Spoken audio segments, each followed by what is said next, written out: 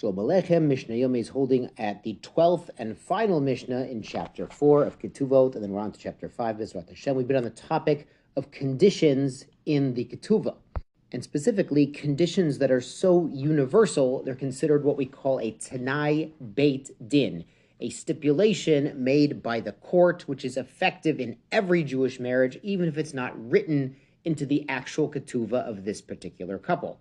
So the final such condition in Mishnah Yud Beit, Mishnah 12, At tehei yotfa beveiti, you may remain settled in my home. They're talking about the marital home where the husband and wife were living before he passed away.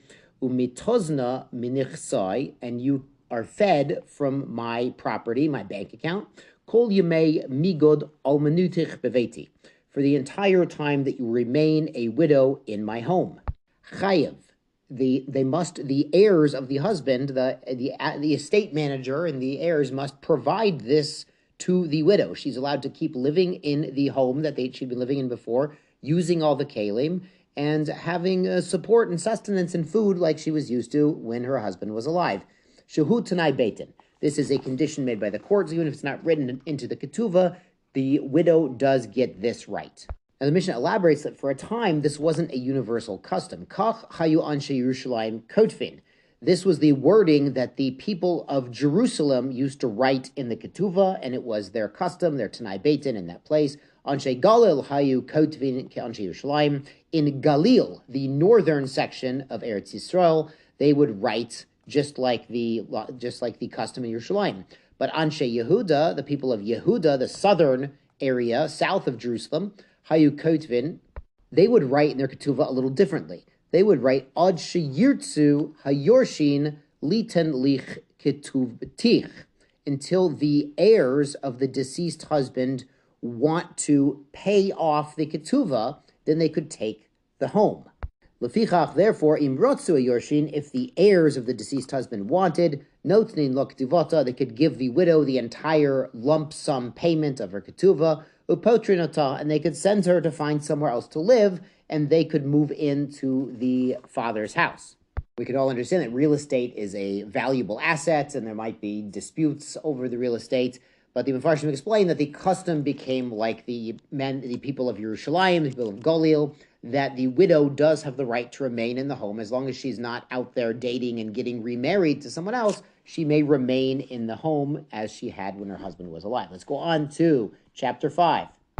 Af al pisha amru, even though our sages stated, betula gove matayim, a betula, when she was married as a betula, she takes a ketuvah of 200 on the event of death or divorce of the husband. Almana mana, and a widow takes 100. Imratza lahosif, if the husband wants to add on, afilu meya mana, even wants to add 100 more mana. And this 100 mana is 10,000 zuz. It's 100 times the ketuvah of an almana, which is a mana. Yosef, he may add that in. They could write that into the ketuvah, whatever they want. I heard second hand or third hand that someone was at a wedding and the guy wrote in $1 million. The mama, she put $1 million in the ketuvah. However, the general custom is just to go by the default that our sages have been using for thousands of years, but if someone wants to add, they certainly could. The Mishnah explains, Nit armala o nit garsha, if this woman becomes widowed or divorced, bein min erusin, bein min nesuin, whether it's from the first stage of marriage or they already went to chuppah, the second stage of marriage, gove et hakol. She receives the entire amount, the basic amount, and whatever additions, whatever tosefets were written in.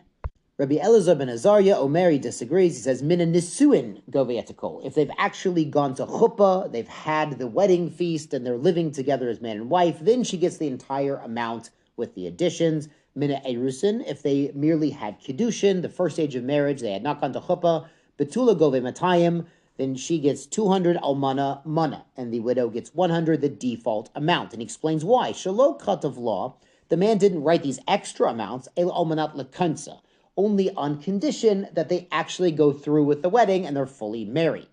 Rabbi Yehuda married. Now, Rabbi Yehuda changes topic a little bit. He says, imrotza, if she wants, if the wife wants, kotev, or they both want in this case, we'll see they both have to take part in this, kotev levatula shtar shalatayim. The man could write for the betula a shtar of 200 zuz, v'hi kotevet, and she's going to write him a receipt. Hitkabalti mimcha money. And she writes to him, I've received from you 100. So really, she didn't receive anything, but she's writing a fictitious receipt to decrease his ketuvah obligation to her.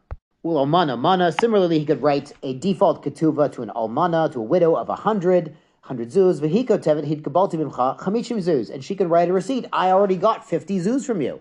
So Rabbi Yehuda holds that if the husband and wife agree, they could actually reduce the default ketuvah from the 200 or the 100, though they'd have to have a roundabout way of doing so. Rabbi Meir disagrees. He says, Kol ha'poichetz lebetulah b'mitayim. Anytime you reduce the ketuvah payments due to a betula from 200, ulamana memana, or you reduce that due to an almana from 100, anything less, harei zo be'ilat znut. This is as if it's a improper marital relationship.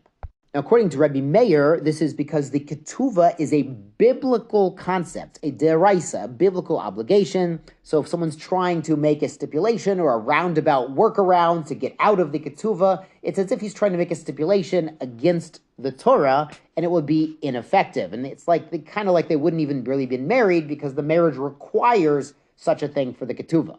And effectively, the man will be required, like we said about Tanai Beitin, he'll be required to pay the full amount, even if he's trying to do such a workaround. Yashar koach, sei gesund.